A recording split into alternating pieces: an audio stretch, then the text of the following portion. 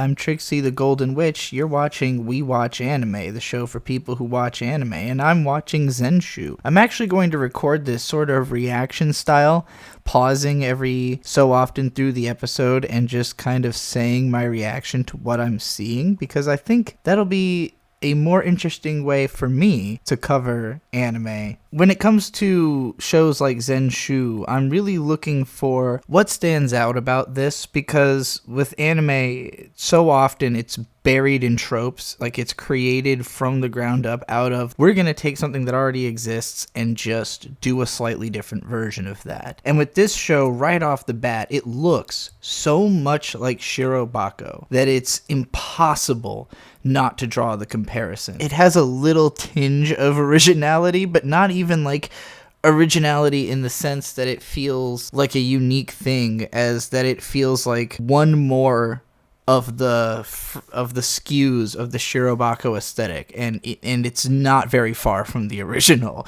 in the case of that. So in my mind, going for that aesthetic so directly is almost like a shorthand of saying, okay, this is the same universe as Shirobako, in the sense that it's reality, right? Shirobako took place in reality, but it was slightly surreal. It takes place in a version of reality where the mentality of somebody who works in the anime industry is sort of put at the forefront. So there's these kind of breaks from reality and this very artistic lens through which the characters view reality, even though reality itself operates as realistically as it possibly could within what could be portrayed by the team. So this show has that same aesthetic. Nothing about the aesthetic stands out to me. Like, it immediately feels familiar. It doesn't feel new. It feels inviting in the sense that, like, I like Shirobako, so I'm hopeful that something that is so clearly trying to be similar to it will be good. Similarly to how I felt watching Bocchi the Rock, where that show was ripping off K-On! So hard that it comes around full circle from being, like, upsetting to being, like, a promise of quality. The show expresses a love for K-On! On a level that says it understands what makes that show good, but it's also trying to do something just different enough to justify its own existence by having, like, a very different protagonist. So with this show, what makes it different from Shirobako is that right away it introduces the main character as, like, an independently famous animator. She got her start with a thing that blew up, and so now there's all this expectation of her to create something great again, which immediately makes me think of Paranoia Agent, actually, the character from the first episode who ends up having a tremendous effect on the entire show. Her thing was that she had created this really popular Hello Kitty type character, and everybody's expecting a follow-up from her. So right at the start of this episode, this girl is being tasked to create a new storyboard, and her, I guess, producer comes in and looks and sees that she hasn't done shit yet, but she's like, well, I know that you always come through in a pinch at the last minute anyways. Make sure you got your passports ready, because we're going to be taking this thing to film festivals. She's so overconfident in how good this thing that doesn't exist yet is going to be, just based on, well, this girl's talented, so I know she can do it. The talent herself doesn't know she could do it. Important. And the dichotomy of the expectations between the two really stuck out to me, because from the artist's perspective, this thing doesn't exist at all yet, and she has no reason to think it ever will. And from the producer's perspective, she's like, well, for my reality to continue existing, this thing must exist. So I'm going to assume that it will. It's going to be a huge hit, and I'm going to be taking you to film festivals. She's literally at the end of the process. Like, taking it to film festivals means film is done. Her mind is in the place where the film is done, while the artist has done nothing yet. It's a great, like, parody of the extreme difference between the producer mentality and the artist mentality and the expectations put on artists. I think this sets up the mentality and sort of the humor of this series very well right from the outset, which is why I wanted to comment on it before I continue watching the episode. Over the next few minutes, the way that the main character is presented is sort of like the stereotype of Hayao Miyazaki, of director who wants it to be perfect, can't really communicate well enough with other people to help them help her, And so instead, she just keeps insisting on taking on more of the work herself, but that overburdening is also obviously what's holding up the project. So I don't know if this is going to be the central conflict of the whole show or just this episode, but I do think it's an interesting angle to take. Again, this is like built so out of archetypes that it's amazing how readable it is, like right from the jump, that it's like, okay, this is the stereotype of Hayao Miyazaki in a stereotype of Shirobako, which it occurs to me is a 10-year-old anime now. So like the language of it is like deeply baked into the way that people portray animation studios through animation. It's interesting to think that the aesthetic of like what an animation studio looks like apparently hasn't changed at all in 10 years. But that isn't too surprising because it is kind of an anachronistic medium. I think that was part of the message of Shirobako, and being 10 years forth from that, we're really getting into the weeds doing, I don't know, pottery or something in the modern day where you've got 3D printers, you know? Let me take this opportunity to say, I think part of why anime works for me as a medium is that I'm an absolute mark when it comes to watching stuff, because I've noticed there's a lot of people, my mom is one of these types of people, even my dad a little bit, they try to predict what's going to happen next, and it almost feels like taken for granted as like a mainstay way of engaging with media that I've never really understood, I guess. I kind of get it if you're viewing the plot as something you're supposed to figure out, especially in a mystery story, but I've always kind of looked at it like, I'm going to know. By the end of the story, I'm going to know the story, so why am I trying to think ahead of the story? So I enjoy when a story starts giving you the foreshadowing and starts deliberately telling you to start figuring it out. And then you start, I can kind of do it at exactly the pace the story wants me to. And I always find that fun because it makes me feel like I'm having a conversation with the director girl who we're following in this story. She finds out that the director of her favorite anime film has died from food poisoning, and it kind of lingers as like this thing because she's like about to eat, and it makes you feel like, that's an uncomfortable omen, but it's played so lightly that I didn't actually think she was like going to die. I thought, well, that's too obvious, Also because it plays into something I feel all the time. Like if I learn about somebody creative dying, in a circumstance that I can find relatable, it kind of shakes me in a way of like, oh man, it makes me feel like I have to get done whatever I have to get done even sooner because, death is always around the corner. And I could die in this way that somebody else who's in a similar position to me did if I'm not careful. And I was also distracted by how she describes the film in question, which is interesting to me because, firstly, it sounds like a Tezuka film because it ends in like a dark and confusing way, and it was considered like a failure within the industry, even though it's like heavily inspiring to artists like this one. And Tezuka was obsessed with creating tragic endings, even though it made everybody upset whenever he would insist on it. But ultimately he was like the most influential creator of all time, possibly. And as our director girl is reminiscing about this film and casually eating her bento, she dies. And as soon as she starts dying, I'm like, oh god damn it, is this an isekai? Did I get punked into watching an isekai? And then it cuts to a scene of her like watching the movie in the theater, and I'm like, she's getting isekai'd into the fucking movie. How didn't I see this coming? Like, that's the level of not trying at all to predict I'm so consumed with what it's showing me in the moment that I forget to even consider what could happen next. It seems so obvious in retrospect, but, I'm glad. I'm glad that I am such a mark. Okay, so our girl arrives in another world. She immediately runs into the cast of the movie fighting a monster, but she just thinks she's, like, somehow made it to Kamike. She's, she can't rationalize this any better than that. But what strikes me is the four heroes. Really interesting suite of designs here, because you've got Yunio, who is very obviously a parody of Unico, which is one of Tezuka's most famous characters. So that grounds us in my thinking that this is a Tezuka-esque film. But then the other character designs, you've got a generic protagonist who is like isekai everyman. He's as much like every isekai protagonist you could imagine as possible. He's the most like perfectly dungeon warrior, but blonde, like guy whose name would just be Hero in a video game, basically.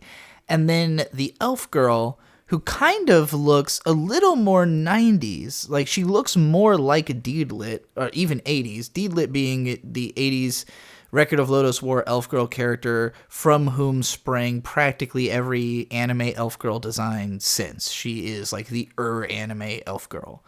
Even predating like The Legend of Zelda and the Hyrulean style of design. Like, Deedlit is the OG anime elf girl. And so she looks a little more like Deedlit than she does like a more modern moe anime elf girl, even though the Hero feels very generically modern, very past 10 years. And then there's also this weird little like totem creature that looks like it would either be a Pokemon or like an illustration on a Yu-Gi-Oh card. Like, it's at the just right intersection of literally looking like a Pokemon that exists and also like a Yu-Gi-Oh card that exists. So I don't know if it's trying to look like that era, like if these are supposed to each represent a different era of anime, like the 60s, the 80s, the 2000s, and the 2020s, maybe. That's maybe a stretch, but it feels like we're trying to create like this idea that throughout all of anime history, while there are different aesthetics, they've all kind of been applied to the same story, the same general idea of like, let's do a hero's journey, but with a dark take, let's do a tragic version of a Disney cartoon, and this show is seemingly got something to say about that. I hope it has something interesting to say about the nature of anime by giving us a cast like this, and that it's not just going to be like a gag comedy. I did think it was funny when she told Unico that he had an authentic animal smell. So much like the film that our main character has been teleported into, this video is about to take a dark twist, because even though I was trying to be hopeful through the first half of this episode and kind of focus on the positive aspects of it, ultimately it really lost me in the second half, because as soon as it became an isekai, then the question becomes, okay, well, what's interesting about this as an isekai show? Which is a much harder question to answer than what's interesting about this as a show about anime production, since there's not a ton of those, and it's a genre I generally like. Whereas isekai is a overstuffed genre full of stuff that I can't stand. And I have my own isekai light novel series about a light novel author who gets teleported into the story that is kind of amalgamated from various things that they had written and were inspired by. And so this concept is very familiar to me. But the way it's being handled by this anime is just so far incredibly boring. Just nothing about it past the designs. Like, I was intrigued for 1 second that it, like, seemingly was pulling this reference to, like, how anime always kind of is this way. Like, these types of characters have existed through different versions of this story archetype. But, it doesn't go anywhere interesting with that in the first episode. It pretty much spends the whole time with the main character getting past the denial stage of the fact that what's happening is happening. There's this incredibly long sequence of her, like, coming to realize, oh my god, these are all the scenes from the movie. I know, because I've seen it so many times. And, like, I don't know, it's cute as, like, a realization. It's something I've seen before, and it was so belabored, and the movie seems boring. I guess that's like my biggest complaint, is that the movie itself seems bad and incoherent and boring, and so it's hard for me to think that the director herself is has good taste, and her reasons for liking it even seem shallow. Like, when she talks about what makes the movie great, she says, like, I can't really place it. But, like, what she does focus on when she talks about it is, like, what it would be like if there was a live-action version or something, which is just, like, the most vapid thought you could have about a movie. So it's weird that she... I guess probably the plot of the show will be that she's trying to figure out, like, what does this movie really mean? And most of what happens in the first episode is she subverts the tragic death of the Unico character. And the way she does this is a cool sequence that leads into a frustrating sequence, because she does, like, a transformation into animator mode where, like, her desk materializes and she quickly animates a solution to this situation. She saves Unio. And the transformation sequence looks fucking awesome. It's easily the highlight of the episode. The most exciting part. Looks cool. It's a cool idea. It's a fresh take on a transformation sequence that we've never seen before. And then a, like, incomplete animation, like, monster comes to life, and it looks pretty sick. It's like a cool idea to have in the episode. But what it does, what it ends up doing is just... its face is the same as the God Warrior from Nazca, and it shoots the beam that the God Warrior from Nazca shoots at, like, the oncoming front of enemies. The scene is just a big Nazca reference. And I've seen so many references to this scene in anime done better, done more cleverly, set up better. You know, like, there's a whole Gintama episode where the entire thing is a build-up to this scene, but it's a smegma demon that is like a the forest of smegma is spread over the earth. It's a ridiculous episode. It's so much better than this. And, like, it just felt so weak to go right from something really original to something that is just a reference to a way more famous, way better movie that's already been referenced a whole bunch of times. And, like, I don't know, maybe pulling on Unico felt more unique to me because Tezuka isn't referenced as much anymore, and especially not Unico. You know, usually people go for Astro Boy or whatever. But, you know, just the genericism to me of combining Isekai and Tezuka and Miyazaki all into one thing. This show feels like the epitome of, like, Hideaki Anno and Miyazaki's complaint with anime about it only referencing anime. Like, it feels as though this show's entire outlook on reality is defined by anime. And I guess what intrigues me a little bit is that it's so inspired by, like, classic anime, because back in, like, the 2000s and the 2010s, there was lots of stuff being influenced by Miyazaki or by Hideaki Anno.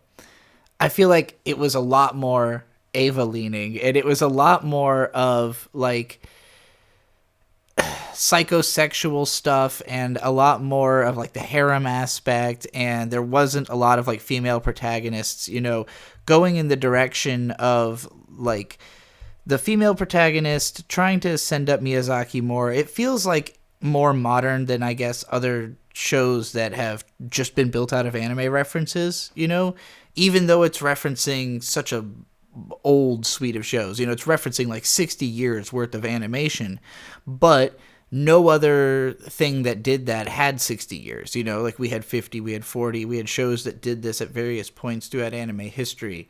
But this is like the newest incarnation of what somebody, like what a young person who's kind of amalgamating all of anime history into their understanding of the world would produce. And I know this show's not like actually produced by young people. I'm sure it's not produced majority by women or by youths. You know, anime is an aging medium. I'm sure that the team behind it is probably more nostalgic for the older stuff, but has to incorporate all this modern stuff so that it feels modern. But that's the part that feels cynical, because like Unico is an obvious specific reference. The main character guy is just a generic isekai protagonist. The world is just a generic isekai world. It's not referencing anything specific. It's not ReZero. You know, it's not Mushoku Tensei. if it was literally one of those things, it would be more interesting. But isekai is such a diluted idea that they can't even pick one, like there's nothing that stands out from this modern crop, probably to these animators who are really just trying to fold all this modern stuff into their story about being inspired by Unico or being inspired by Record of Lodoss War, or these older things that they're much more clearly referencing. But overall, just it feels like kind of a tired amalgam of anime references that's no different from any other isekai, except in that this one's an animator, and so they are more directly influenced by anime than... Like, with a lot of these things, it's like they're as influenced by video games as by animation. This doesn't even have that step. Like, it's not even influenced by video games. It's just purely anime being anime.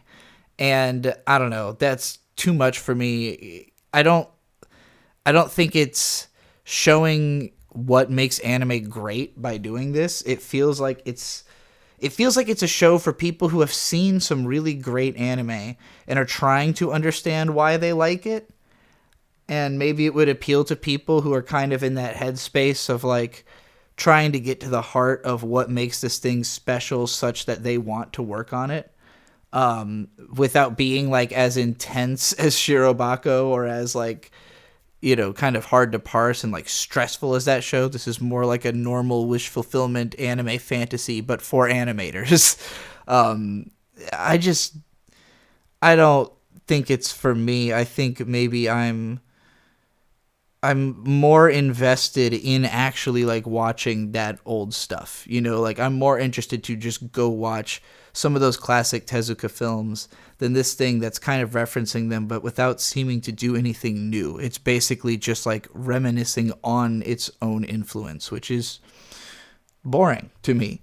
Anyway, I intermittently kind of, like when I got tired of watching this episode, I paused it and I went and watched a show called Momentary Lily, and I bounced between this and that. And this show is much more competently made, like structured better, written better. You understand the plot in a way that you can't with the other show, but I did not enjoy it as much.